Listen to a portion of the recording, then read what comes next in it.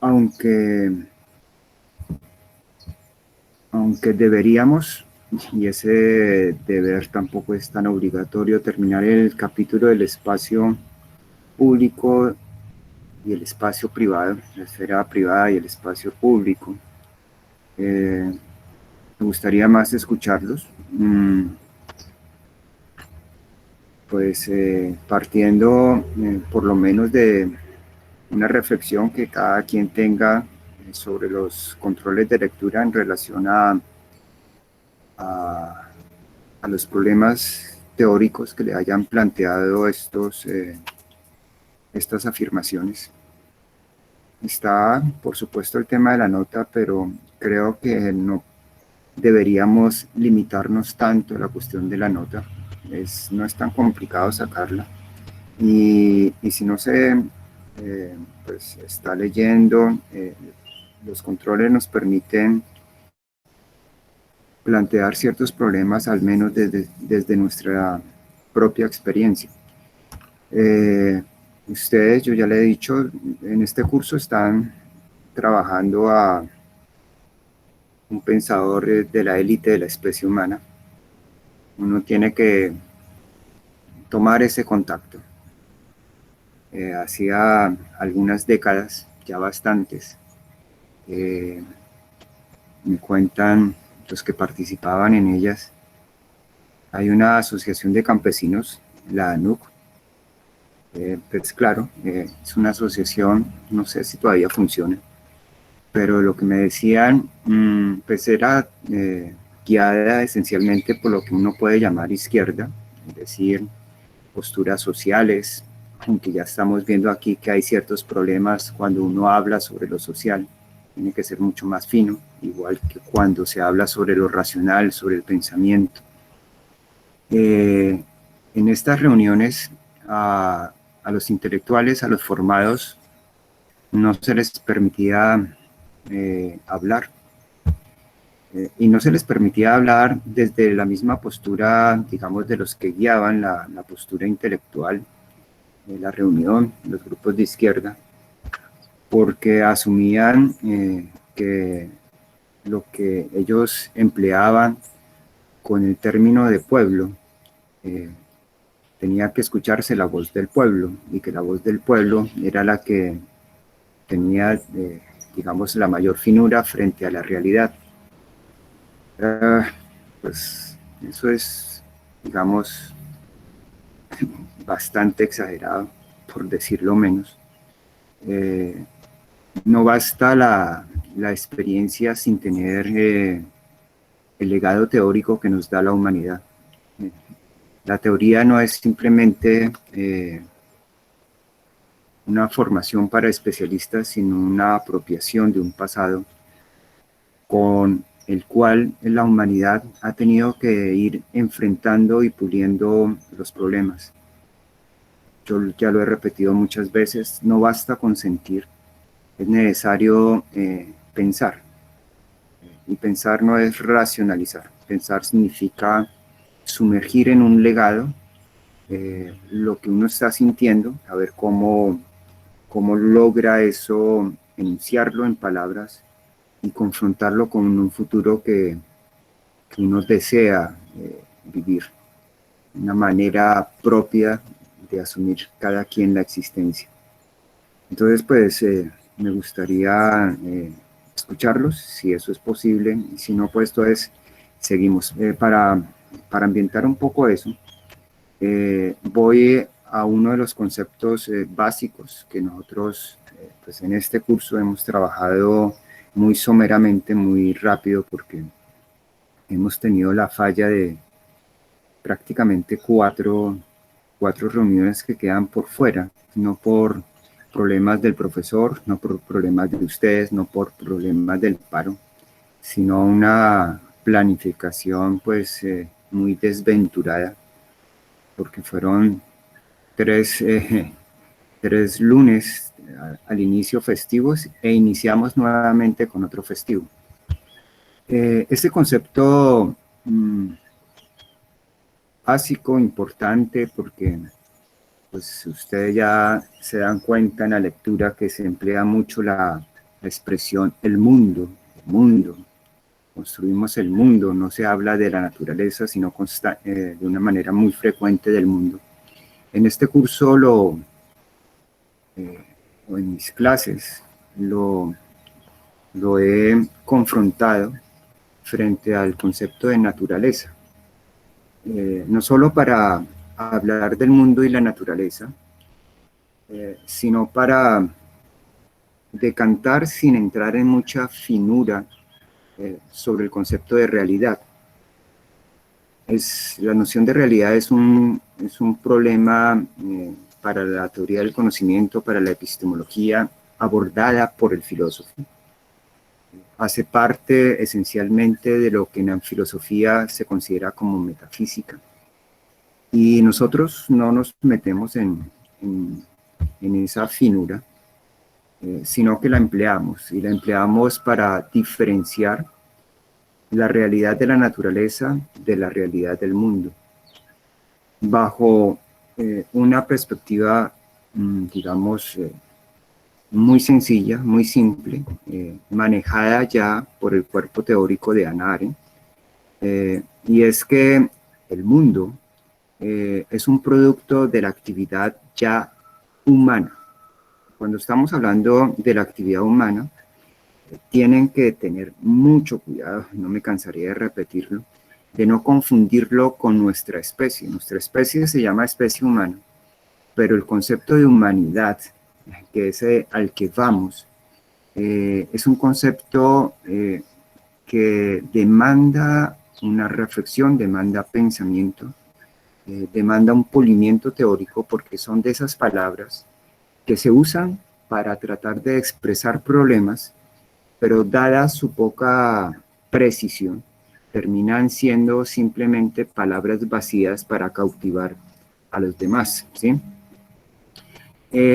Nosotros entonces hicimos esa diferenciación y enunciamos que el mundo surge con la actividad humana, esto es, cuando somos humanos. Y ustedes ya al menos sienten, si es que todavía no lo han concretado, que uno puede permanecer bajo las estrellas, bajo el sol, toda la existencia sin ser humano, sin tener la capacidad de ser humano. Con eso, entonces, no se dice que quien es inhumano es un transgresor, es un violento, es una mala persona. No, la pérdida de lo humano no significa necesariamente caer en lo que trabajamos ya la clase pasada, que es el universo prepolítico.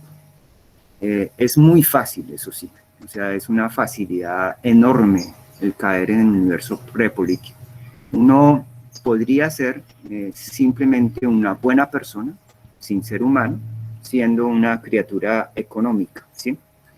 Pero hicimos esa contraposición, y cuando señalamos que era un producto de la actividad humana, concretamente estamos señalando que es un producto que inicia con la actividad del trabajo. El concepto de trabajo, aunque le vamos a dedicar el capítulo que corresponde, ustedes ya tienen que entrar a jugarlo con sus diferencias frente a la labor, independientemente si en otros cursos, con otros profesores, ellos lo manejan como sinónimos. Esa diferencia entre labor y trabajo es muy importante para los que tienen una formación económica, es muy importante para aquellos que intentan pensarse y pensar el lugar donde estamos, ¿sí? El trabajo es el que crea el artificio, todos los artificios, y el mundo va a ser un mundo de artificios, ¿sí? Un artificio que permanece, y el artificio nuestro es todo, es el lenguaje, por supuesto son los distintos saberes, y claro, de manera mucho más concreta son los objetos. Con los objetos nosotros nos percatamos que son estructuras, cosas, que si no hubiera surgido una actividad particular, no estarían, ¿sí? Y por eso se habla entonces del mundo. Y lo es todo, aunque sea contradictorio en nosotros, porque nosotros tenemos que aprender a ver, nosotros tenemos que aprender a caminar, nosotros tenemos que aprender a gustar, nosotros tenemos que aprender a amar, todo lo tenemos que aprender. Que si ustedes se sitúan con cualquiera otra criatura de las demás especies, ellos no tienen que aprender absolutamente nada, sus vínculos prácticamente ya vienen formados eh, con la información genética. Claro, hay matices con ciertas especies cuando sus cerebros son más grandes, uno puede pensar en los grandes simios, es decir, entre las ballenas, la, la permanencia que tiene una criatura con sus padres indica que hay elementos a formar. Pero sin duda con nosotros esos elementos a formar son mayúsculos, porque nosotros podemos, lo hacemos, es decir, pasamos toda la vida formándonos. La humanidad tiene esa característica. Entonces, para señalar esta maravillosa diferencia entre la realidad de la naturaleza con la realidad del mundo, lo que yo he mencionado, la creación de Dios versus la creación humana, en el sentido que los humanos crean la luz y la oscuridad, pues desde un universo bastante lejano, que sería la poesía, con un premio, con un escritor que le debieron dar hace mucho tiempo, así fuera después de haber muerto, el premio Nobel de Literatura, porque sin duda es gigante, o sea, es de lo mejor que tiene la humanidad, y es latinoamericano, argentino, Borges. Pues este texto, para irlo compartiendo y que además ustedes capten que cuando existen problemas, los problemas sociales, problemas humanos, es, es pensado no solo desde la filosofía, no solo desde la economía, no solo desde la física, la matemática, sino desde las distintas disposiciones. Y un problema, la manera de enfrentarlo, eh, toma los lugares más distantes, las perspectivas más distantes, pero le están enfrentando a eso. Entonces, ¿a qué problema me estoy refiriendo en este momento? Me estoy refiriendo al hecho que nosotros caemos de lo que en la Biblia se llama salimos del paraíso, salimos de la naturaleza y formamos un lugar aparte, el mundo, y que genera problemas en la relación con la naturaleza, ¿sí? Los problemas son claros, es decir, cuando yo veo entonces el sol, ya no estoy viendo el sol, no, ya no lo está viendo, o sea, no el sol que ven las demás criaturas, porque de hecho las otras criaturas no lo ven en el sentido de situarse frente al sol. Nosotros, nuestro ver tiene ese problema. El problema nuestro es que nuestro ver se sitúa al frente y por eso se va a integrar de manera tan dramática frente a la aparición de la oscuridad. Uy, espera un momento.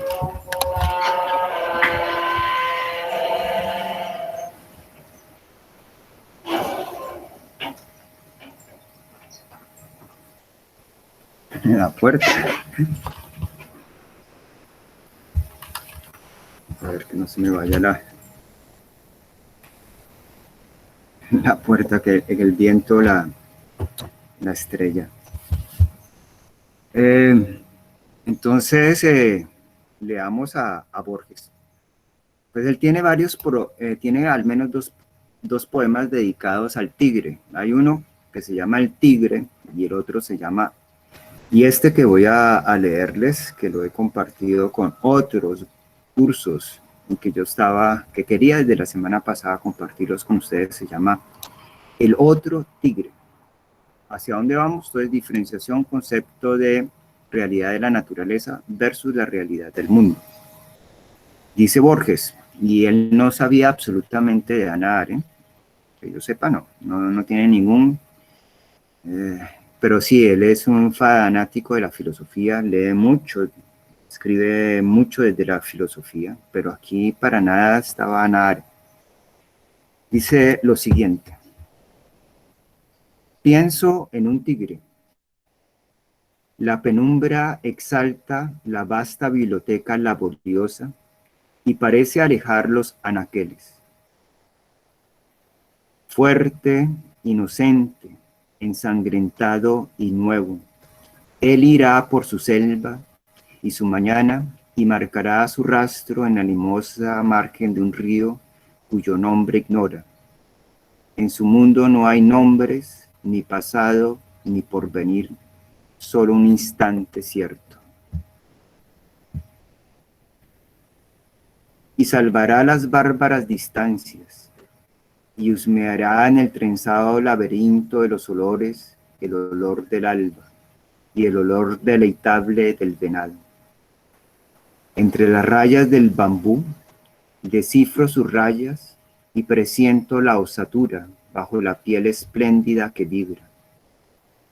En vano se interponen los convexos mares y los desiertos del planeta. Desde esta casa de un remoto puerto de América del Sur, te sigo y sueño, oh tigre de las márgenes del Ganges. Cunde la tarde en mi alma y reflexiono que el tigre vocativo de mi verso es un tigre de símbolos y sombras, una serie de tropos literarios y de memorias de la enciclopedia, y no el fatal tigre, la aciaga joya, que bajo el sol o la diversa luna va cumpliendo en Sumatra o en Bengala su rutina de amor, de ocio y de muerte. Al tigre de los símbolos he opuesto el verdadero, el de caliente sangre, el que diezma la tribu de los búfalos, y hoy, 3 de agosto del 59, alarga en la pradera una pausada sombra. Pero ya el hecho de nombrarlo y de conjeturar sus circunstancias lo hace ficción del arte y no criatura viviente de las que andan por la tierra. Un tercer tigre buscaremos. Este será como los otros una forma de mi sueño, un sistema de palabras humanas y no el tigre vertebrado que, más allá de las mitologías, pisa la tierra. Bien lo sé, pero algo me impone esta aventura indefinida, insensata y antigua, y persevero en buscar por el tiempo de la tarde el otro tigre, el que no está en el verso. Vuelvo a leer un momento el primer párrafo. Pienso en un tigre. La penumbra exalta la vasta biblioteca laboriosa y parece alejar los anaqueles. Fuerte, inocente, ensangrentado y nuevo, él irá por su selva y su mañana y marcará su rastro en la limosa margen de un río cuyo nombre ignora. En su mundo no hay nombres, ni pasado, ni porvenir, solo un instante cierto. O sea, es fantástico, porque pues en todo el texto se está recreando el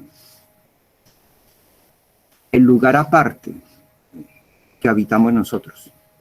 Nuestro lugar aparte es un lugar que en la figura del poema es la biblioteca. La biblioteca es una estructura física, es decir, espacio, pero la biblioteca sobre todo son libros que es también estructura física, pero el libro es mucho más que una estructura física. Abrirlo es disponerse a mundos que florecen no por pasividad nuestra, sino a través de nuestra actividad netamente intelectual. Pero además de eso, la manera como Borges encaja al tigre. El tigre está en un mundo, digamos, en una realidad. Él no maneja esas dos precisiones en las palabras. Hace parte de una naturaleza, y la naturaleza, él emplea la palabra mundo, ok, pero no es problema. Dice, en su mundo no hay nombres, ni pasado ni porvenir. Eso es lo propio de la naturaleza. La naturaleza no tiene nombres, no tiene pasado, no tiene porvenir. Nosotros, los humanos, no nosotros, criaturas de la especie humana, nosotros los humanos, somos humanos porque tenemos pasado y porque tenemos porvenir. Y el pasado no son las circunstancias, el pasado es el que atesoramos. Entonces, en estos momentos, para ustedes, así no lo hayan leído nunca, ya saben de Borges, ya saben de este poema, que puede ser su pasado, si es que comienza a gustarles, porque ustedes tendrían que ir a apropiarse, ¿sí? Eso somos seres, nos movemos al margen y tiene esa característica, el hecho de que nuestra humanidad se forma frente a un salto que se da en relación a la manera como viven el resto de los seres vivientes y que nosotros podríamos estar allí. Entonces, podemos estar, si somos criaturas económicas y no caemos en la oscuridad, en el universo prepolítico. Y hay ejercicios que uno vuelve a participar de esa vida de un constante presente sin nombres, un constante presente sin teoría, un constante presente sin miradas. Entonces, ¿se puede hacer? Pues sí, en el yoga se puede hacer. Muchas veces entrenando, pues en el atletismo yo no lo he podido, no lo logro porque es mucho dolor y hay que controlar muchas situaciones, pero de vez en cuando, pero sobre todo, por ejemplo, en la natación, el golpe en el agua lo aleja uno de ese propio pasado, de ese propio futuro, es decir, de nuestro ser humano, y nos hace una criatura más viviente, en un eterno presente, ¿sí? Que es distinto a la criatura prepolítica. Ese bicho que es una reducción nuestra del espacio prepolítico, él no está en un eterno presente. Él no está en un eterno presente porque él busca la oscuridad. Es decir, ¿quién es el representante del universo político? El representante del universo político es el hombre invisible. El hombre invisible tiene la voluntad de no darse a la mirada de los otros. Solo en función de un resultado, para que no se valore en ningún momento la manera como se busca el resultado. Por eso es su invisibilidad. Y ahí se gesta. Qué pena, ¿representante de qué? Del universo prepolítico. Gracias. ¿Sí? O sea, aquí ya comienzo a saltar. Las tensiones que aparece con el ser humano es que, como habíamos señalado en la clase, uno podría moverse simplemente en una disposición de dos valores que sería interesante y sería, pues, no sería tan dramático. ¿Cuáles son esos dos valores? Relación económica, asociación económica, aquí, versus relación política, asociación política.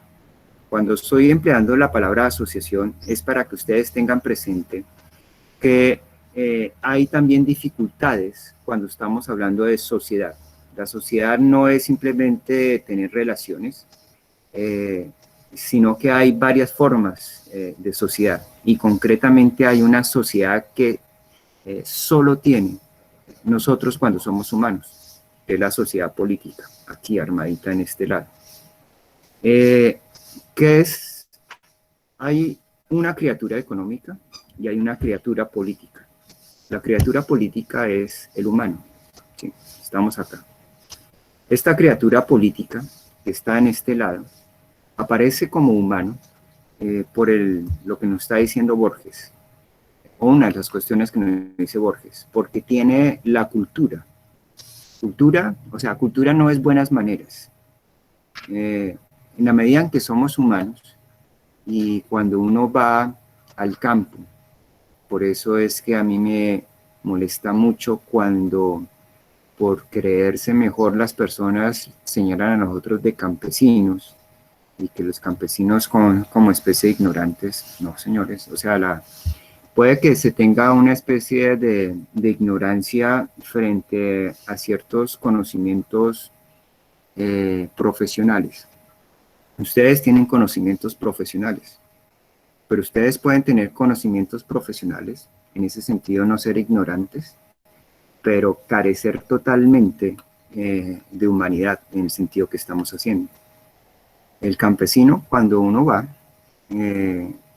tiene humanidad, porque el campesino se carga de cultura, se carga de pasado, que es lo que nos falta a nosotros.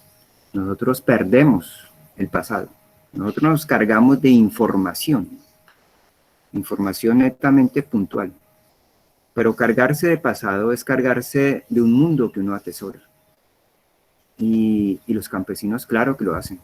Yo cuando iba a Pacarní, ya existía la electricidad, pero en la finca al lado de la finca de la Chatica, que es donde yo estaba, ellos no tenían electricidad. Y cuando yo pasaba, venía del pueblo para la finca, frente a la casa de ellos, hacia las 6 de la tarde, ellos dejaban ya sus actividades, que comenzaban muy temprano a las 4, y estaba toda la familia reunida al frente, o no reunida, estaban en fila. Tienen en el campo, sobre todo yo lo veía mucho aquí en Neiva, una manera de sentarse que a mí me impresionaba, que era, ellos no se ponen la silla, pero sobre las dos patas, no sobre las cuatro, y ponen el respaldar contra la pared, y comenzaban a hablar, y hablar de la faena diaria, pero también ellos cantan, cuentan historias, y historias que vienen desde épocas remotas, de sus abuelos, de lo que habían acontecido, o sea, se cargan de la narrativa. Esto con el cual inició de Borges, digamos, es traer un libro, situarse. Ellos no necesitan de esto. Ellos tienen sus formas de narrativas que las van compartiendo y que generan ensueños, que generan regocijo y se van cargando de ese universo del pasado.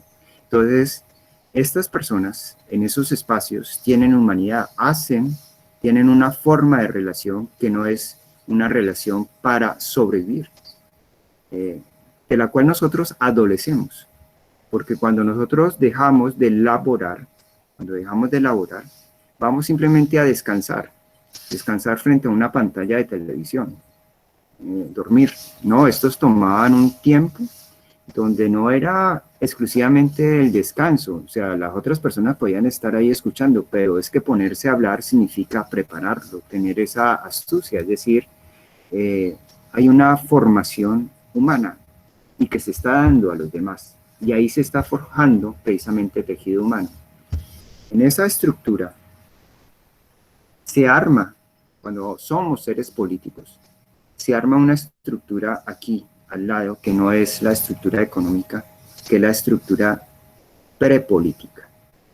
La estructura prepolítica es una estructura de oscuridad. Así le puse de subtítulo al video, de la oscuridad. Es una singularidad que atrapa toda luz, que está en contra de la luz, no desea la luz. ¿Y la luz aquí qué es? O sea, ¿cómo se concreta la luz? La luz aquí es las miradas que formamos. Hay luz en la medida en que hay miradas relacionándose, uno frente a los demás, en esa relación. Se pierde la luz cuando uno prescinde de las miradas de los otros. La expresión que tenía la semana pasada, yo hago con mi vida lo que a mí se me da la gana. Eso es prescindir de la luz, esa es la oscuridad allá, ¿sí? Este es este universo prepolítico, el que está acá, anterior al universo prepolítico, pero adquiere la dimensión prepolítica es por la aparición de lo político, no es que sea condicionamiento antes. El prepolítico se sabe prepolítico porque sabe lo que está negando. No está negando la relación económica, está negando es su memoria, su historia, su darse a los otros, no solamente a los otros con los cuales comparte un momento dado del tiempo, sino a los otros que han estado y a los otros que van a llegar. Estas personas tienen muy claro que no quieren darse esa mirada, y lo somos nosotros. O sea, cada vez que empleamos esa expresión, cada vez que estamos en esa línea, que estamos señalando, conmigo me basta, y no me importa nada más, ¿sí? Esta es la característica del hombre invisible. El hombre invisible es una forma de ser económico exclusiva de una degradación humana. En la naturaleza hay criaturas económicas, pero en la naturaleza no hay hombres invisibles. El hombre invisible va a aparecer es con nosotros. Entonces, el hombre invisible, profe, usted me está hablando de una ficción, de eso que, de la película, de una persona que se inyecta un líquido y que desaparece. No, esa es la figura. Esa es la imagen que está en el cine. Yo veía una serie de televisión donde también aparecía un hombre invisible que utilizaba un reloj. La BBC de Londres también ha hecho algunas recreaciones del hombre invisible, hasta que se vuelve completamente invisible, y en la serie de la BBC, me recuerda un poco, y que para estar con nosotros tenía que taparse completamente. Es otra forma de invisibilidad, ¿no? O sea, no tiene estructura y además tiene que recubrirse por todo lado para que su invisibilidad tenga otra invisibilidad que puedan los otros saber que el medio existe por ahí. Esa noción del hombre invisible no es una creación de Hollywood, no es una creación nuestra frente a esas posibilidades. Eso es un mito que arma Platón a partir de una experiencia de un pueblo de Lidia, eso es en Turquía. Es decir, lo que le estoy señalando es que la conciencia frente a la invisibilidad es una conciencia que tiene la humanidad desde hace, por lo menos hace más de 5.000, 6.000 años. Y es una conciencia que sale en función de la disposición económica, el lograr hacer cosas prescindiendo de la mirada de los otros. En nuestro caso, en nuestra vida actual, se concreta, por ejemplo, en la corrupción. Los corruptos no son seres económicos como son las demás criaturas. Es un ser económico de degradación humana, que es el hombre invisible. El corrupto no desea mostrar cómo logra sus cosas, y se llama corrupto, pues hay una tipificación de delitos, pero más allá de esa finura de los delitos que se tipifican como corrupción, lo que muestra el corrupto es una apropiación de bienes, en este caso bienes públicos, y que logra ponerse invisible ante los demás. Las otras personas no se dan cuenta. ¿Esa es la única manera de ser invisible nuestra actual? No, para nada. Las personas que tienen mucho dinero, compran la invisibilidad.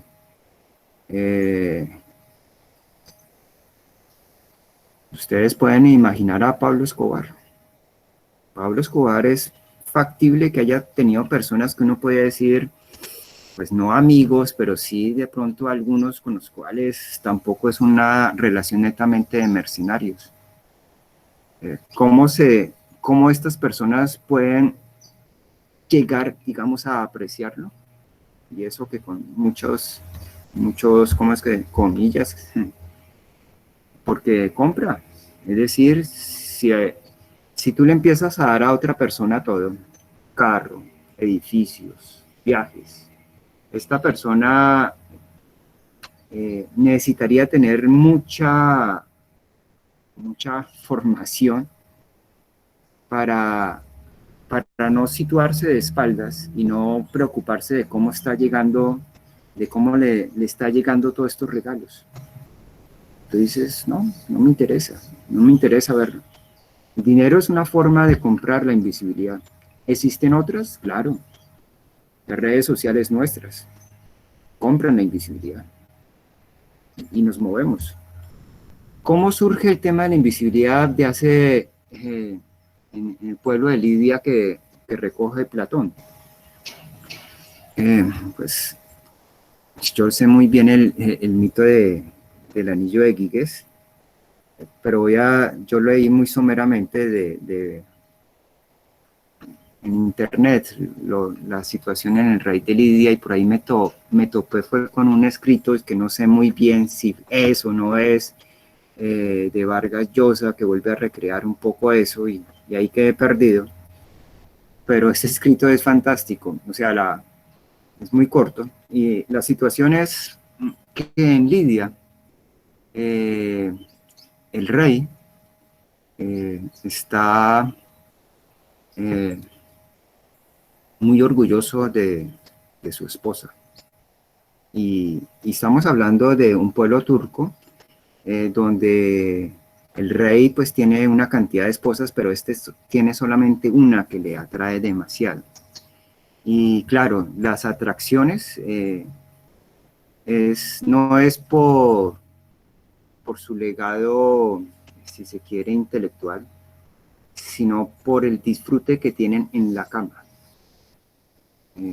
Hacen, digamos en términos muy concretos, muy bien el amor, relaciones sexuales, y él está encantado de eso. En el texto que leí, que no es el de Platón, uno de los ministros, no,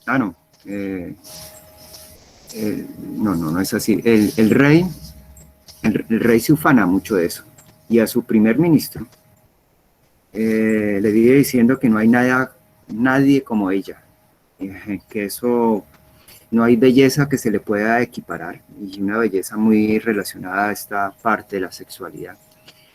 Y el primer ministro le dice, sí, yo le acepto, está muy bien, pero el rey sigue convencido que él nada más le está creyendo porque él es el rey y no quiere entrar en contradicción. Y entonces el ministro dice, sí, lo que pasa es que pues yo he visto que hay muchas mujeres maravillosas.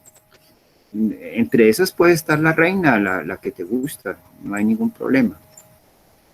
Y el rey un día se fastidia y le dice, ¿sabe qué? Mire, vaya y se mete en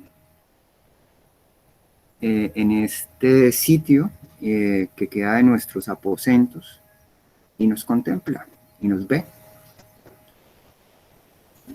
Y listo. El ministro va y hace eso. Entra a los aposentos y después llega el rey y la reina y ve todos los preámbulos y toda la escena y todas esas cuestiones. Y él queda sorprendido y dice, sí, sin duda. Pero en esa sorpresa que se va dando frente a esa relación sexual que tienen estos dos, él se descuida un poco y la reina lo alcanzó a ver. La reina no, dice, no tiene absolutamente nada y sigue. Al otro día, la reina lo llama y le dice, usted estaba ya en los aposentos. Esto es un delito que se paga con la vida. Usted no puede estar viendo a sus reyes, y menos en estas cuestiones. El otro le pide mil disculpas, le dice todo lo que ha sucedido, le dice, usted solamente tiene dos opciones. O va a morir, porque no tiene otra, o usted mata al rey y se casa conmigo. Y él mata al rey y se casa con ella. Ese es de ahí va a tomar Giges el tema de la invisibilidad. Platón lo va a tomar. En el caso de Platón, no es un ministro que llega, sino que es un pastor que encuentra un anillo con el cual se hace invisible. Y él llega y se hace muy amigo del rey, y después queda muy enamorado de la reina. Y él tiene relaciones con la reina, y ella queda encantada con esas relaciones y le pide entonces que mate al rey. Eso es la característica del hombre invisible. El medio es el que trata de ocultarse, y solamente uno se queda con el resultado. De allá proviene eso, y está clarificando. ¿Por qué lo va a tomar Platón? Porque Platón se sumerge también en esa parte, en un problema económico, que le van a plantear dos interlocutores, Glaucón y Adimanto. El problema es un problema que se forma en relación a la justicia. Y los interlocutores le están diciendo a Sócrates que uno es justo es simplemente porque hay una estructura social que lo castiga a uno si uno es injusto. Y están tan convencidos de esta situación que les ponen el ejemplo y le dicen, mire, si nosotros fuéramos invisibles, seríamos de esta manera. Nosotros no respetaríamos ninguna norma. La invisibilidad nos lleva a esto. Nos interesaría solamente el resultado, y nos apropiaríamos no solamente de la mujer que queramos, lo vuelven a tomar. O sea, el tema de la sexualidad, y sobre todo desde la sexualidad masculina, se mueve mucho en eso. Digamos, es lo que lo mueve, es una de sus grandes apropiaciones. Y después sí vienen todos los otros temas de propiedad. Pero siempre está girando sobre eso, y no solamente de la cultura, digamos, narco nuestra, sino que viene desde mucho, mucho antes. No sé si ese juego también podría darse en la relación inversa. De hecho, esta reina de Lidia lo plantea también un poco en ese sentido. Pero se juega en ese contexto. El respeto a una norma jurídica se da solamente por la capacidad que tiene la articulación de esa sociedad, llamémosla sociedad civil, para hacer efectivos los castigos.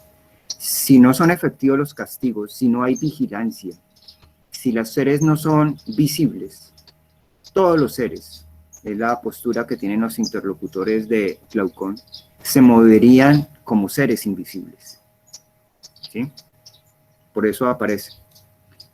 ¿Qué es el aporte que tenemos nosotros desde Hannah Arendt, y cuál sería la relectura que implicaría frente al hombre invisible? O sea, nosotros en las situaciones actuales en Colombia y en el planeta, se ha convertido en todo una lucha, la lucha contra la corrupción. Hay otras formas de problemas que tenemos, pero esto ustedes lo pueden ver en nuestra sociedad, y lo pueden ver en cualquier otro tipo de sociedad. La lucha contra la corrupción desde el entramado económico es una lucha prácticamente perdida, porque el entramado económico forma una asociación a través de leyes que tienen que ser respetadas, y que tienen que ser respetadas esencialmente por la posibilidad directa de un castigo. Pero es evidente, como dice Zuleta en Blue Radio, que echa la ley, echa la trampa. Esa es la característica del hombre económico.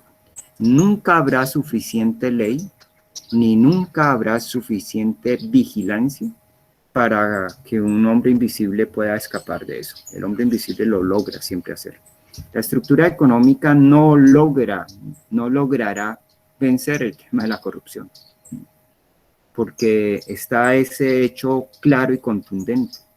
Si el objetivo es lograr cosas, la mejor manera de lograrlas en términos económicos, es decir, de eficacia, de gasto de energía, es a través de la invisibilidad. Y por eso va a seguir apareciendo constantemente la corrupción. Pero ¿cuál es el elemento que llega a aportar la lectura que nosotros tenemos de Hannah Arendt? El elemento es que este universo, que es la oscuridad, la del hombre invisible, no es ninguna ganancia. Y no es ninguna ganancia que nosotros tengamos que decirle moral ni nada de eso, ni mostrarle, sino que las personas allí lo van a sentir, es lo que se está diciendo. ¿Por qué? Porque allí lo que se concreta es la pérdida de humanidad. Y eso tiene implicaciones directas en la vida. O sea, no es que la humanidad es un rótulo que le colgamos a las personas y aplaudimos. O sea, esa es la postura del hombre económico, tratar de poner rótulos para aplaudir y que los demás se muevan en esos rótulos. El hombre invisible le importa 5 de esos rótulos. Nada de eso le interesa. Pero, ¿qué sí va a sentir? ¿Y qué es lo que evidencia lo que hemos tenido, por ejemplo, con nuestra cultura del narcotráfico? Su oscuridad. Su oscuridad significa la pérdida de vitalidad, la pérdida de encontrar horizontes en los cuales pueda darse un respirar y un disfrute de la existencia, un situarse frente, digamos, a las valoraciones amorosas, si se quiere, dignas de los demás. Estas personas se quedan al margen de la mirada. Es que perder la mirada es duro, complicado. El quedarse solamente en una relación grotesca de resultados y que usted no mire nada de lo que estoy haciendo, es doloroso para los involucrados, para todos los que están allí. Y ese dolor es esa ruptura. Qué cosa más fantástica que uno tener unas personas con las cuales uno pueda ir contando una narrativa de historia y que se vaya compartiendo. Eso es lo que anima a los festejos. Pero nuestros festejos ahora son simplemente de seres corruptos que ¿cómo se tipifican? Pues es el sonido estrafalario, los golpes estrafalarios, digamos, la ostentación minúscula de poderes, donde usted está porque yo quiero. No hay nada de esa finura que uno siente que va formando realmente lo humano. Entonces, desde aquí, o sea, el tema a ese universo de los oscuros, del hombre invisible, del universo prepolítico, del universo de la violencia. No es que nosotros queramos ponerle rótulos a esos seres degradados que somos casi todos y que con el rótulo lo aplaudamos, ¿no? Es que la vida misma allí ya no es ni vida biológica ni vida humana, es oscuridad. Y se topa, o sea, ustedes no necesitan mayor cosa. La gritería, los sonidos de la música, la misma música, o sea, hay unas cantantes, una vez antes de la pandemia, yo no lo podía creer, iba para una clase muy temprano y venía gente tomada, era entre semanas, yo no sé si era lunes, en un carro, un peligro, pero con esos altoparlantes a toda, ya de por sí. Pero la música que repetían, yo no sé qué grupo es, pero me imagino mexicano, y eso es muy corriente. La letra estaba diciendo que tengo dinero, me voy a ir con las prostitutas, yo no sé qué cosas. O sea, era recalcante en ese sentido. Me voy con las no es en relación al hecho de la prostituta como tal, sino al hecho de la persona que va y compra a una mujer y que está simplemente en esa línea, en esa canción, de ir a comprar un cuerpo, porque no sé, para él solamente satisfacerse, es la pérdida ya de todo referente, donde no tiene, sino es el afán de liberarse de algo que lo está matando, que es el problema ahí hormonal. Es un desastre, es un total desastre. Y uno no necesita decirle a los otros, venga, sean humanos. No, es que esa vida es un desastre. Yo no tengo nada que envidiarles a esas personas por más dinero que tengan. Eso no es vida, para nada. Entonces, no es una búsqueda que se tenga que hacer desde afuera. Es que si queda, o sea, ese universo de violencia reclama y van a sentir formas de escape. Entonces esas formas de escape van a ser a través de mayor compra, mayor estructura de poder que no se logró, a través de drogas, alcohol, que tampoco lo logra,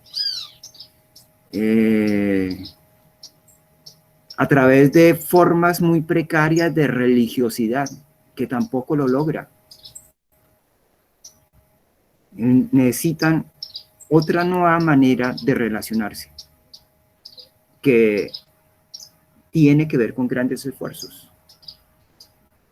¿Y cuáles son esos esfuerzos? Apropiarse de un pasado, disponerse a un futuro, ¿sí?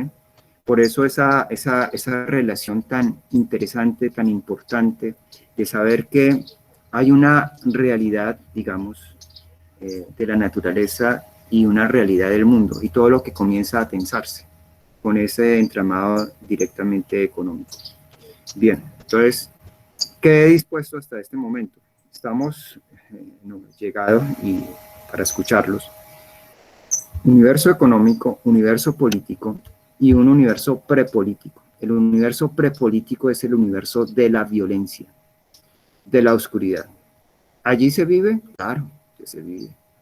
Colombia lleva más de 100, 200 años metida en la violencia, pero no solamente es Colombia. Nuestro planeta se mueve en el terreno de la violencia, ¿sí?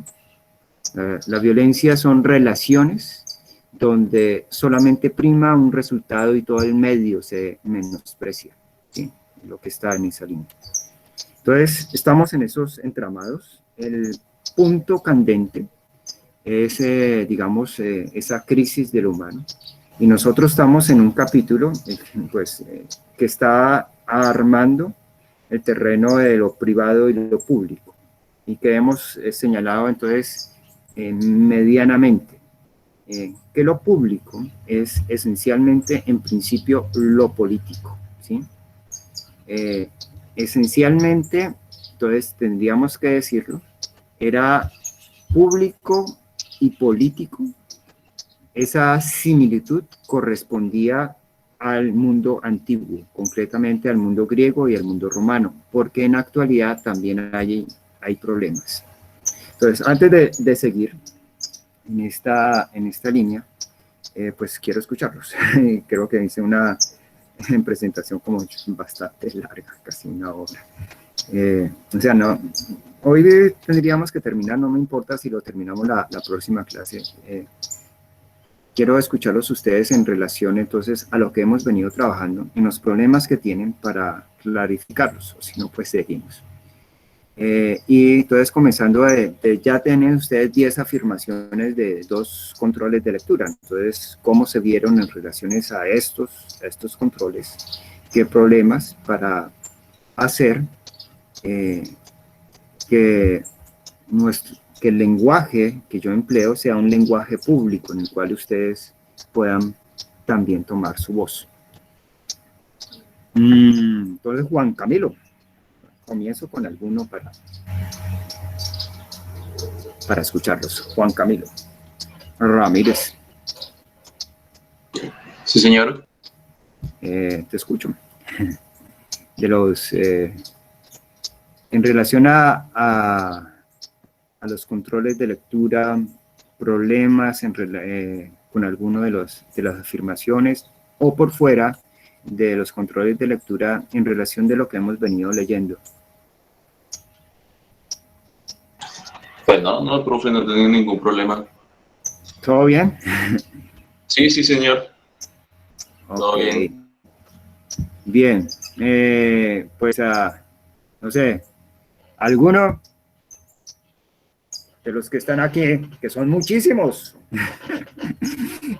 Aquí tenemos un curso grande, bueno, y así puede que sea más grande, pero la asistencia también es monumental. Entonces, de los que estamos aquí, y, y por favor, si tienen problemas, díganlos, porque pues este es el salón de clases, este es de ustedes, y aquí no, o sea, la nota va a ser la nota final y allá, pues ustedes dirán, ay, ¿por qué no aproveché la clase para salvar mi nota? Recuerden que además esta participación da puntos para el tema de la nota. Entonces, si hay algún problema en lo que se ha trabajado, aquí lo estoy escuchando. Luis Fernando, va a estar igual que Juan Camilo, ¿todo bien? Sí, profe, estoy de acuerdo con mi compañero Juan Camilo, no he tenido ningún problema. Ajá. Ok, bueno, listo. Entonces, pues vamos y sigamos entonces para los contenidos hasta, a ver si lo logramos todo terminado, aunque no creo que tenemos una hora. Primero, entonces, vamos todos en términos entonces ya técnicos nuevamente. Ay, yo tengo aquí un codo pelado. Estructura económica, estructura económica, asociación económica. Estructura política, asociación política. Llamémoslo aquí universo prepolítico, porque es que eso allá es más complicado. En estas, en el universo, en el mundo griego, en el mundo romano, cuando se habla de político, se habla de público. Todo ser político es un ser público. Significa además que cada vez que se habla de humano, es un ser político y es un ser público. Cuando estamos todos aquí ya aparece esta cuestión de lo público. Público significa darse uno a las miradas de otros. Y es mucho más público cuando los otros son seres extraños, seres que no hacen parte de nuestro vínculo de amigos, de nuestra red de familia. Entonces, nuestra clase es evidentemente pública. Estamos entre seres que somos diferentes. Ustedes lentamente, pues, era una de las características que hace algún tiempo se tenían, van formando un grupo y se van moviendo, entonces van un poco, vienen de lo público en ese sentido y lo van haciendo un poco más privado. Ya conocen, se llaman por apodo, se toman más en recoche y demás. Pero esta clase tiene otro elemento. Y el otro elemento es que es pública por la manera como se está publicando. Los videos pueden llegar a cualquiera, ¿sí? Entonces, entramos en una especie de contacto, no es relación, frente a miradas que uno no sabe de dónde están, se ha ampliado completamente.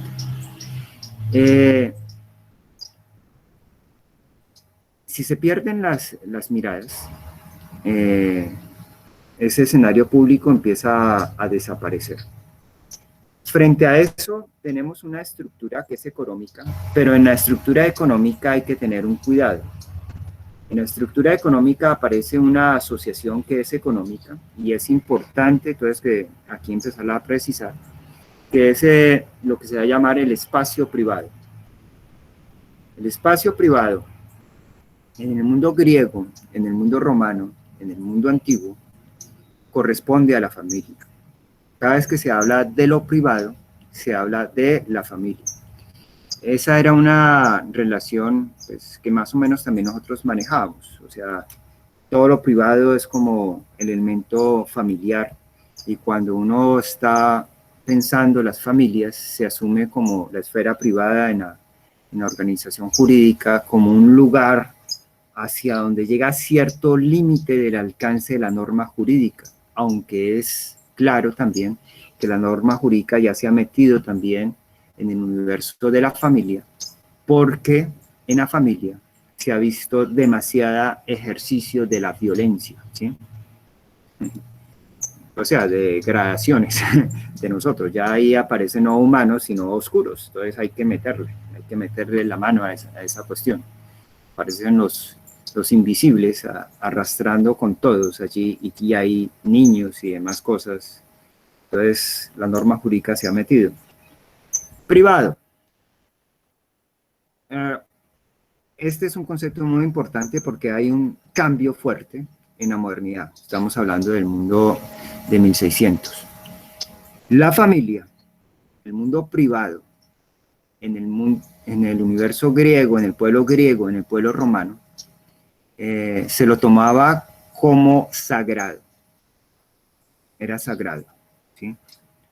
Sagrado significa, ¿cuándo algo es sagrado? Cuando no es tocable. El concepto de sagrado para nosotros es más fácil, es decir, para nosotros los que tenemos un vínculo, pues así nosotros no seamos, pero tenemos raíces que nos tocan con la religión monoteísta, en este caso la religión católica. Entonces, cuando uno hace parte de un universo, de una religión monoteísta, lo sagrado es clarísimo, lo sagrado es donde lo humano no le puede meter la mano. Es un límite. Y la religión monoteísta pone un límite. No todo lo puede hacer. Y eso, por ejemplo, es una de las grandes pérdidas, digamos, que tiene la modernidad. Entonces, la modernidad nosotros habíamos señalado que es capacidad de hacer. Podríamos caracterizarlo eso. ¿Cómo se distingue la modernidad? Como una altísima capacidad para hacer, que es una de los rasgos que dan a dar. Somos capaces de hacer de todo. No tenemos límites para hacer. Entonces, por eso también la caída de Dios. O sea, todo se va relacionando. No es ninguna situación que cae de balde el hecho de que surja la modernidad y que al mismo tiempo los dioses monoteístas colapsen. No, porque evidentemente cuando la modernidad es capacidad para hacer, significa que todo se puede traspasar, que no hay límite para la actividad humana. Entonces se cae. Los griegos, los romanos, tenían en la familia un universo sagrado, pero ellos no son monoteístas. Y eso es un problema. Es un problema porque cuando es una sociedad que tiene muchos dioses, pues realmente no existe límites. O sea, los dioses, incluso entre ellos, hacen peloteras, forman peleas y demás cosas. Y peleas que no son grandiosas. O sea, nosotros los humanos hacemos guerras de los cuales los dioses van a militar, porque eso va a ser un escenario de hechos grandiosos. Es decir, ahí surge lo humano en esas guerras. Los dioses van a tener confrontaciones no muy dignas, muy jugadas por temas de mezquinos de poder y de ni siquiera de diosas, sino de mortales que van tras de ellas, y las diosas también tras de hombres. Ahí se forma toda una lucha ahí por una apropiación sexual. Ellos, que son politeístas, tienen en la familia un universo sagrado. ¿Por qué? Entonces hay que mirar por qué. Entonces, el hecho de que sea sagrado significa que aunque la familia es una asociación económica, no es exactamente una asociación económica. Hay que moverlo con cierta finura. Claro, no es una asociación política. El hecho ya con la situación de aparecer lo prepolítico no significa que cuando ustedes niegan lo económico tienen lo político, ¿no? Porque ya apareció otro en juego. Entonces aquí también entra como otra situación. Tenemos el universo económico, una asociación económica, y hay una asociación que es económica, pero no exactamente. Con esto se está diciendo que la familia solo la tiene los humanos cuando son humanos.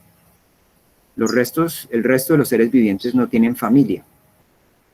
Y aquí también,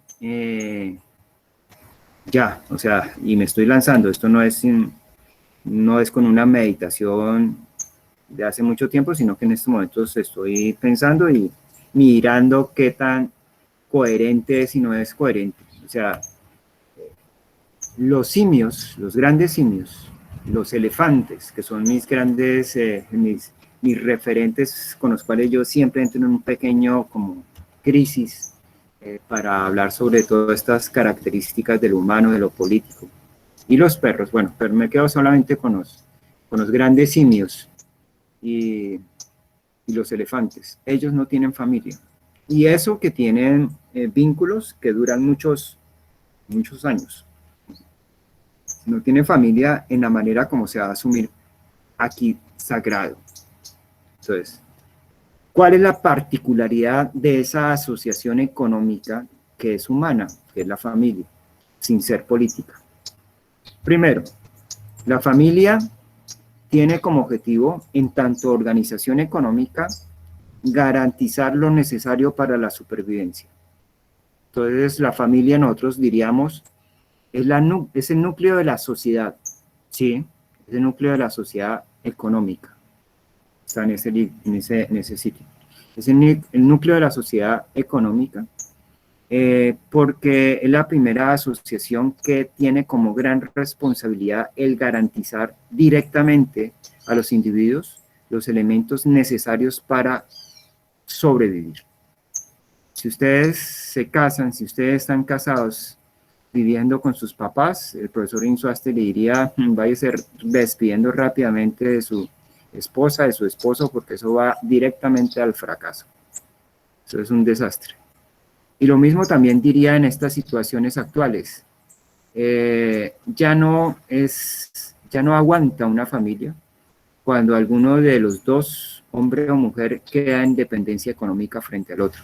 Aunque es claro también que la independencia económica de la mujer demanda mucho más pulimiento de la familia si no se quiere ir también al fracaso. Pero esta es una cuestión muy importante aquí. Los hijos no es el producto del amor. Los hijos es un cálculo económico. Y lo dicen también muchos economistas, ¿sí? Sin necesidad de la formación de Hannah Arendt. ¿Por qué? Porque es lo primero que hay que garantizar. Eso no se puede ir teniendo 20, 30, 40 hijos y ustedes que el alimento caiga de Dios. No.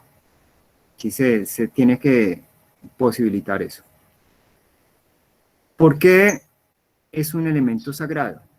Entonces, es un elemento sagrado porque en la familia, además de garantizar lo necesario para vivir, la familia es un lugar donde se tiene que gestar lo humano, donde se tiene que preparar lo humano.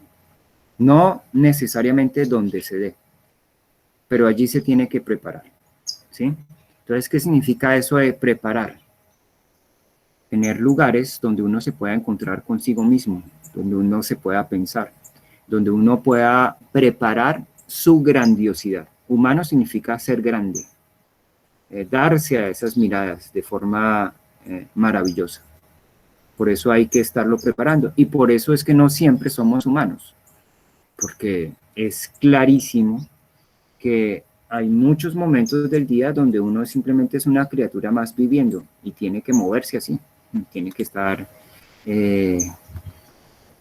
pues relacionándose. Yo voy corriendo y hay un carro que se me viene al frente, yo abro las manos así, casi es en sentido de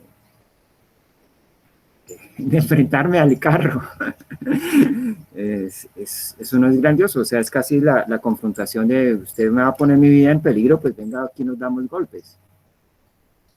Ahí no es un humano, es simplemente una criatura viva y así nos movemos, pero eso no implica que se dé en algunos momentos donde lo humano florezca, fruto de preparaciones previas. Entonces se tiene que dar eso. Entonces, concretando, si la clase es un lugar humano, significa que ustedes tienen que tener una familia donde puedan llegar a la clase sin problemas de hambre, sin problemas de sueño, primer elemento, carácter de una parte biológica, pero la familia también tiene que dar el espacio para que ustedes puedan preparar precisamente sus clases, es decir, tener una estructura de un pasado con el cual ustedes puedan tener una voz en la cual les surjan y armar el espacio público entre los demás. Es evidente que eso cada vez falla mucho, o sea, cada vez está fallando más, por problemas de la familia como tal, pero también por problemas estructurales de la casa. O sea, las casas que eran mis angustias cuando estaba viviendo en Neiva, era imposible escaparse del vecino. El vecino ponía la radio, el televisor y eso se colaba hasta la cocina. Y ni pensar cuando llegaba el vecino borracho y ponía el altoparlante, ahí ya se dañó todo. Tener unos problemas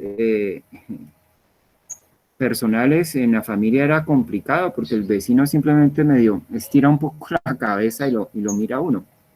Eso ya generan dificultades por la misma manera de disposición de los barrios, por la misma disposición de las casas. Yo, por ejemplo, tengo la virtud de tener espacios, pero también armo espacios temporales. Entonces, las levantadas tempranos, 3, 4 de la mañana, es para tener un espacio de lectura, de reflexión al margen de todo. Una clase virtual se complica muchísimo. Pues yo tengo este privilegio, yo ya les he dicho, de estar encerrado en mi patio. Pero la gran mayoría es con todo el andamiaje del hogar.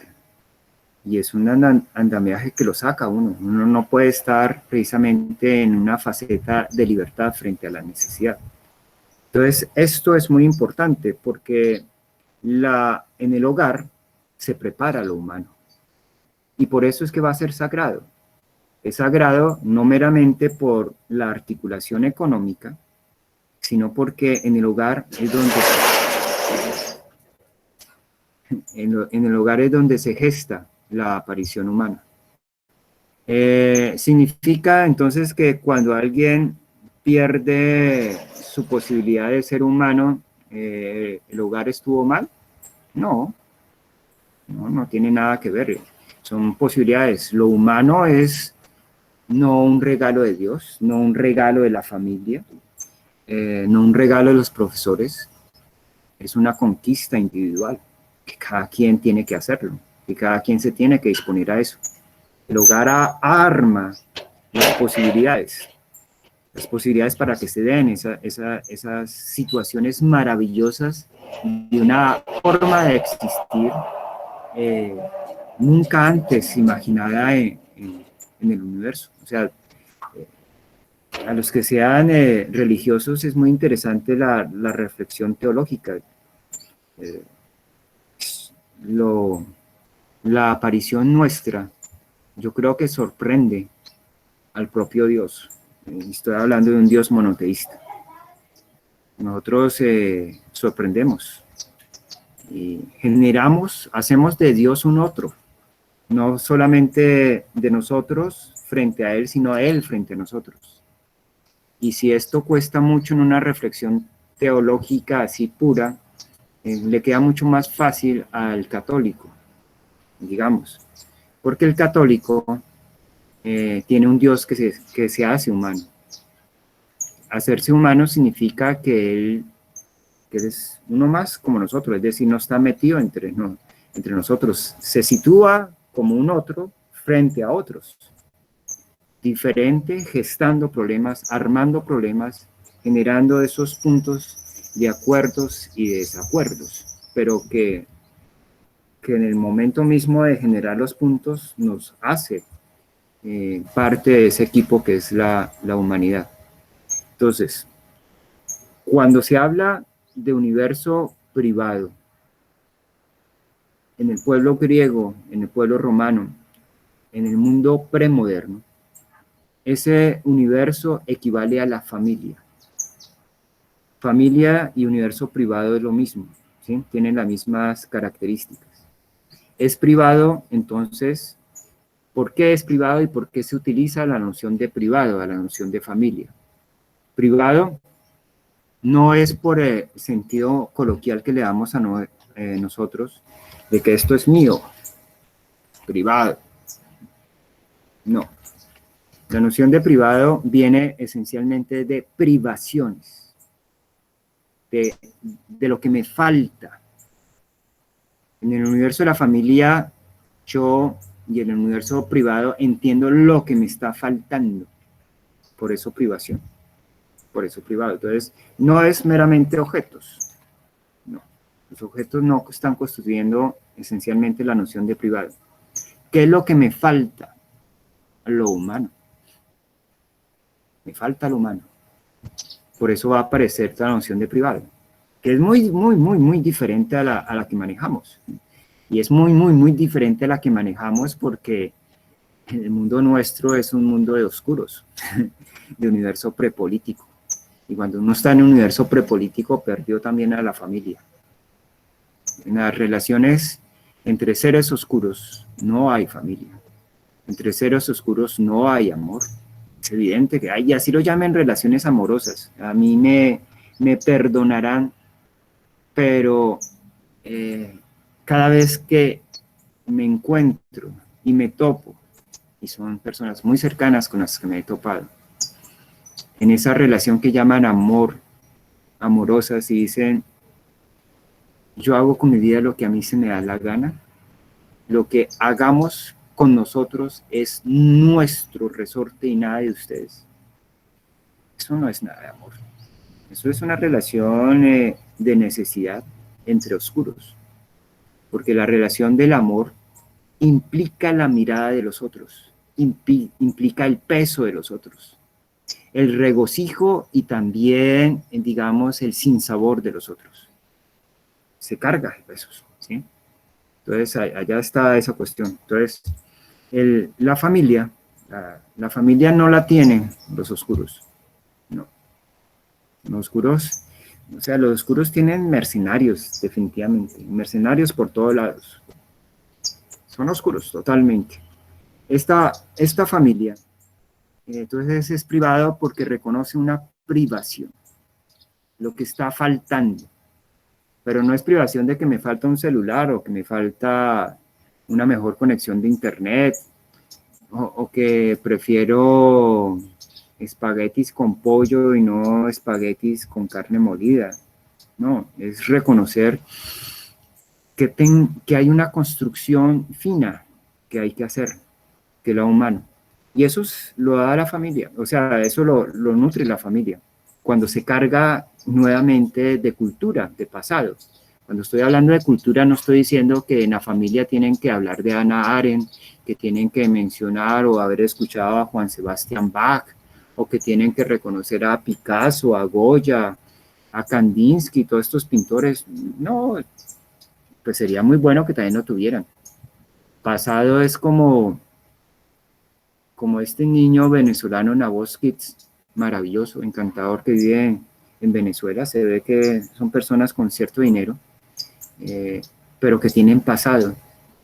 Salió a cantar, de inmediato se volteó Cepeda, o sea, no, Cepeda duró como menos de, o sea, no creo que ni de 20 segundos lo estaba escuchando y se volteó yo tan rápido.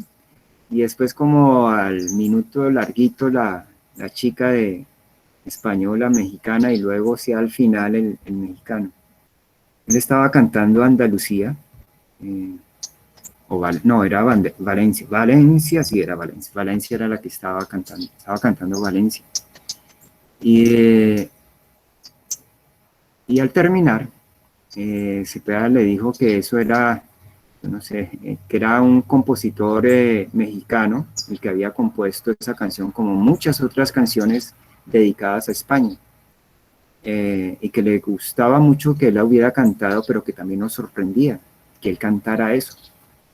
Y el niño le contestó y le dijo, mira, lo que pasa es que esta canción es la canción de mi familia. no da sorpresa. ¿Cómo así que de su familia? Sí, es que yo soy yo soy de Caracas, Venezuela. Ahora estamos viviendo aquí en Medellín, donde hay gente muy agradable y que hacen reír, muy sonriente. Mi mamá, por parte de papá, era de Cartagena o Barranquilla, no sé. Y ella cantaba muy bien. Y una vez la invitaron a que cantara para el gobernador, el alcalde, yo no sé qué diablos. Y lo hizo muy bien. Y lo mismo hizo allá en Caracas, fue también invitada para otra posesión. Y por eso esta canción quedó como recuerdo de la familia, nos liga, a mí me vincula con mi abuelita, aunque ya no está.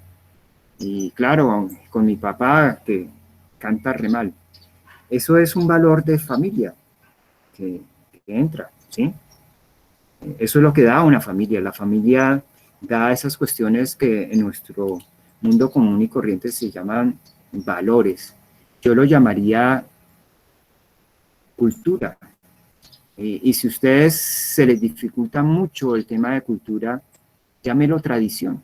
Uno tiene que llenarse de tradiciones que atesora. El perder las tradiciones es perderse del pasado. Y es perder ese calor que se forma. Es decir, qué cosa tan maravillosa tener uno un nicho, un lugar aparte de las miradas, donde uno se calienta con todo un legado que le viene desde años pretéritos. Eso es saber que uno está en un equipo, que uno no está solo, y solo no como esto es que yo hago lo que a mí se me da la gana y me quedo, nosotros hacemos lo que a nosotros se nos da la gana. Eso es mera invisibilidad. Eso no es ni siquiera estructura económica. Eso es hombres invisibles, constantes. Y ellos nunca van a tener familia y nunca van a tener amor. Para tener amor, para tener familia hay que disponerse en función de las miradas, en función de cargarse de cultura, en hacer pesada una decisión. Y se hace pesada una decisión no porque no pueda saber, porque es difícil, aunque los computadores ahora nos ayudan, cuál va a ser el resultado. No, no es eso. Una decisión se hace pesada porque yo tengo gente que valoro mucho, una tradición que valoro mucho, y esto yo quiero mirar cómo entra en eso, qué tanto quiebre hace. Y si el quiebre lo voy a mover, porque va a terminar, a pesar de que genere un desbalanceo, creciendo, ayudando a crecer a todos los demás, o simplemente es un quiebre para romperlo y liberarme de esos pasados. Realmente ahí no se está liberando absolutamente de nada, ahí lo que se está es perdiendo usted mismo, ¿sí? Eso es lo que se arma allí. Entonces, esta estructura de la familia, por eso va a ser sagrada. Y es muy importante el hecho de que se la nombre sagrada, porque hace parte de un pueblo que no era monoteísta y que por lo tanto esa noción de tener un límite que no se traspasa les resulta más difícil. Estos pueblos, los griegos y los romanos, armaron estructuras normativas, sociedades civiles, sociedades para seres económicos, sí, claro. Y las normas, sobre todo en el pueblo romano, están hechas para generar un límite que hace cumplir un Estado. En el pueblo griego es un poquito más difuso, porque en el pueblo griego la norma se teje mucho todavía de humanidad, es decir, ellos están pensando no tanto en criaturas económicas que están organizando a través de las normas, sino que están pensando en la capacidad de proteger la dignidad de los violentados. Esa es su noción de justicia. De pronto la próxima clase inicio leyéndoles una parte del discurso de Pericles 300 sobre esto, que se mueve un poco en esa línea. Entonces, es en ese sentido. ¿Qué pasa en la modernidad? En la modernidad, lo privado tiene una ruptura muy fuerte. Lo privado van a ser esencialmente los bienes. Yo tengo un universo privado cuando tengo bienes, cuando tengo riqueza. Si no tengo riqueza, y por eso es la frase que nos va a tocar iniciarla la próxima semana, porque es complicada la de Hannah Arendt. Yo creo que nos va a tocar dejar este capítulo también para la próxima semana y control también para la próxima semana.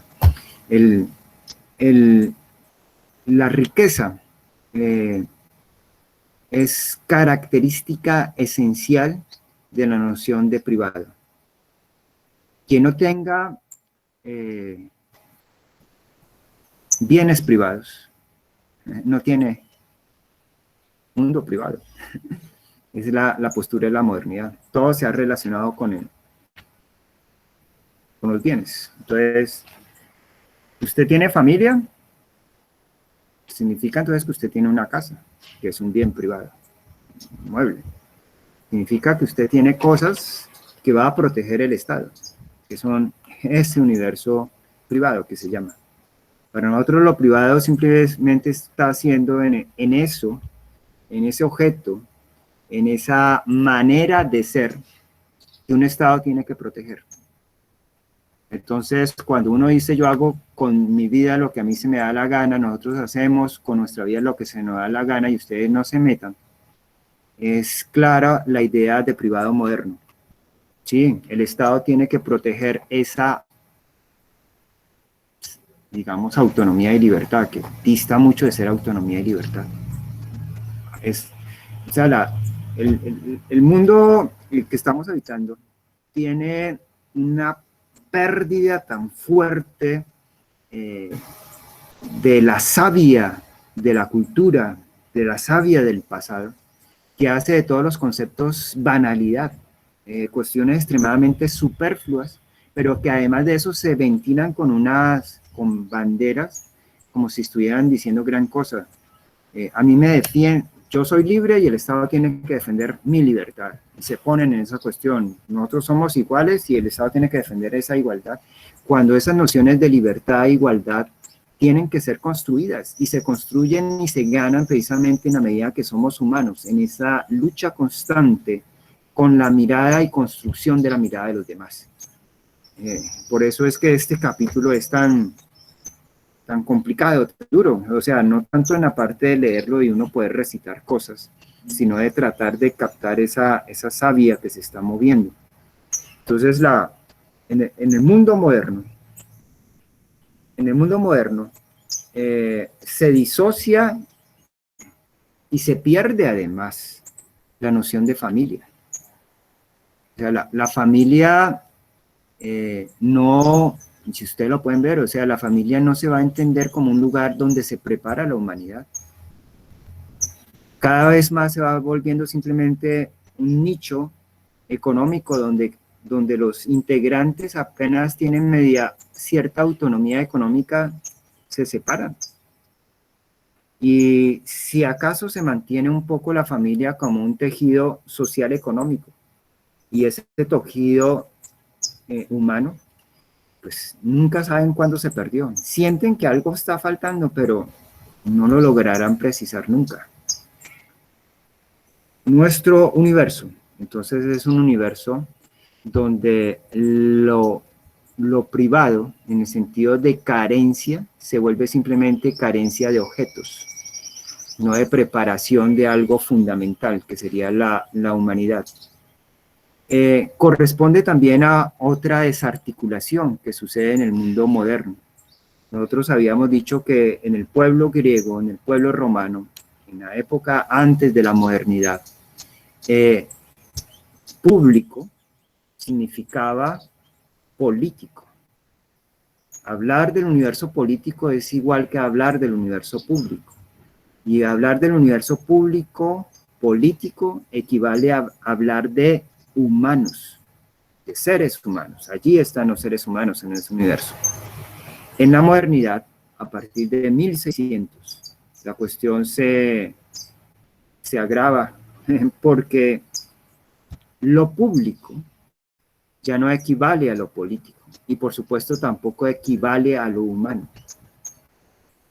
Lo público es simplemente el hecho de bienes que vuelven a ser públicos. Entonces hablamos de universidad pública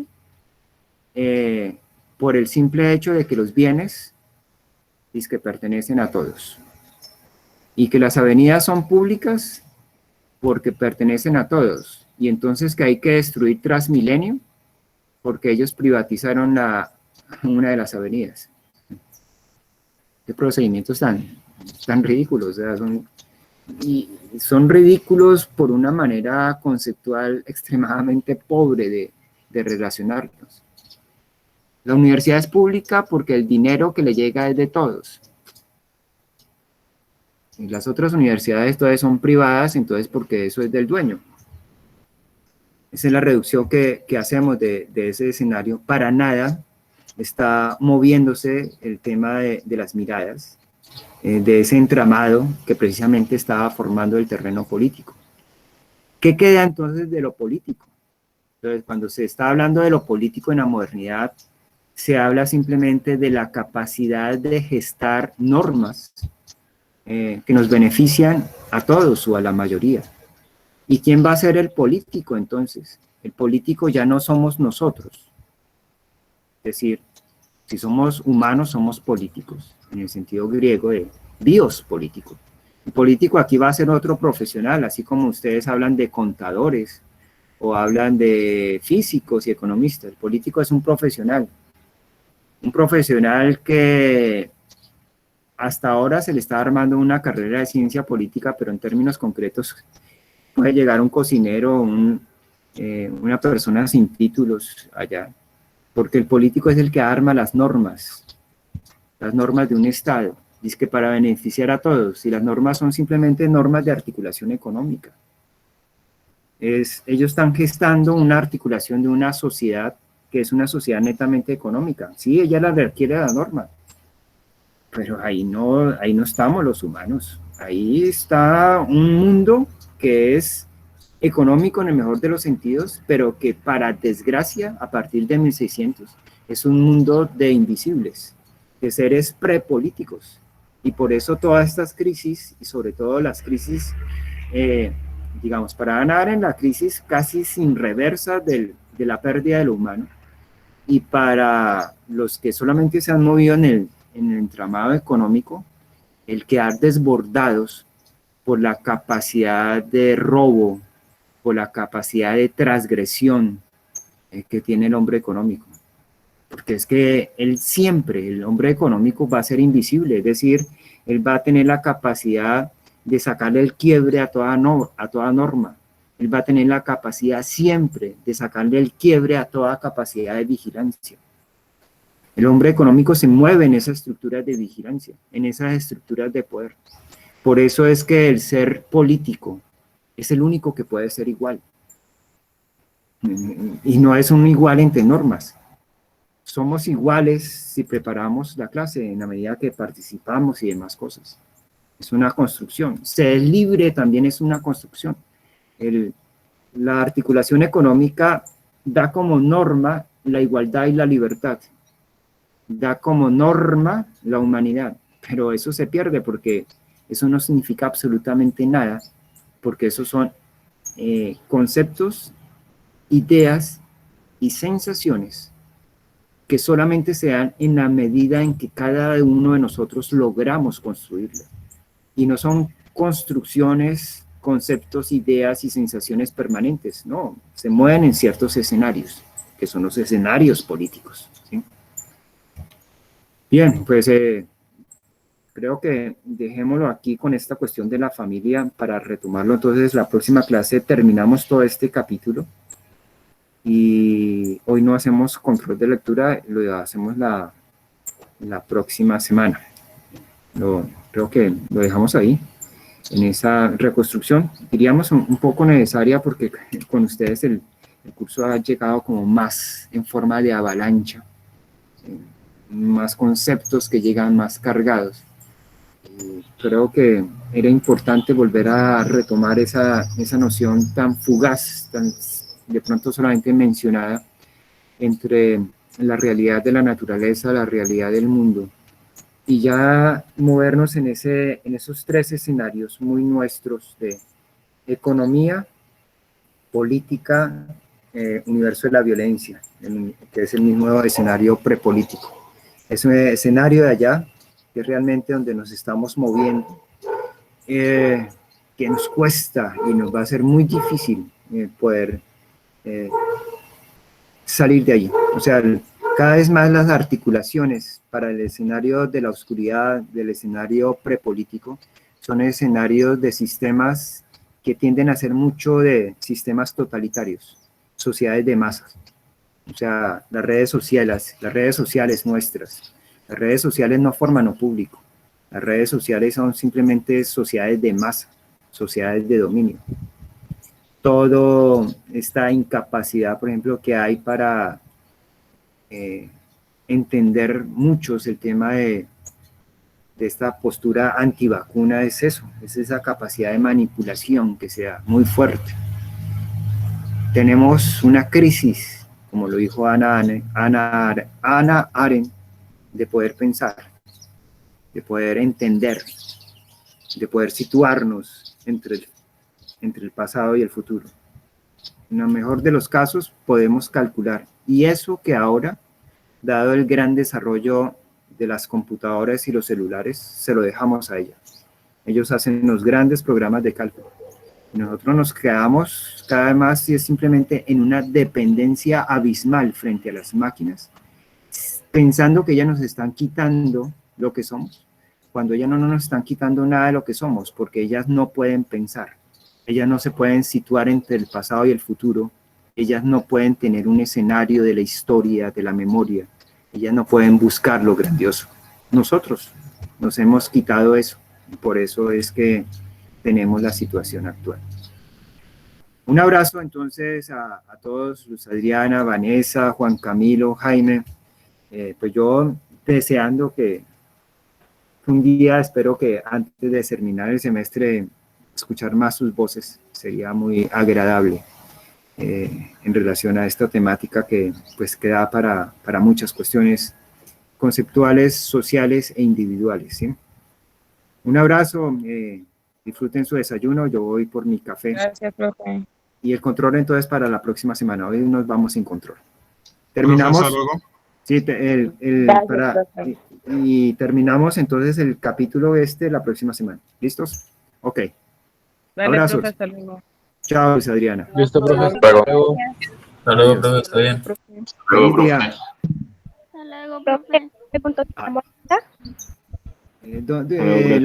Laura, ¿me estás hablando? Sí, ¿Qué me señor. ¿Qué me decías, Laura? ¿Es usted por casualidad llama a lista? No, Laura, yo nunca llamo a lista en ninguno de mis cursos. Ah, vale, Ah, vale. Vale. Listo, tranquis, adiós. Profe, ¿Quién? Profe, ¿dónde estás? Sí, ¿quién es? profe, ¿le Profe. podría encargar la grabación, por favor? Claro, Heidi, por supuesto. Vale, gracias. Ya me puse al día en esas grabaciones, ¿no? Sí, señor. Ya tenemos. Gracias. Ok, listo. Adiós, Heidi. Ay, quitemos la grabación. Dios mío. Listo, grabación, detener grabación.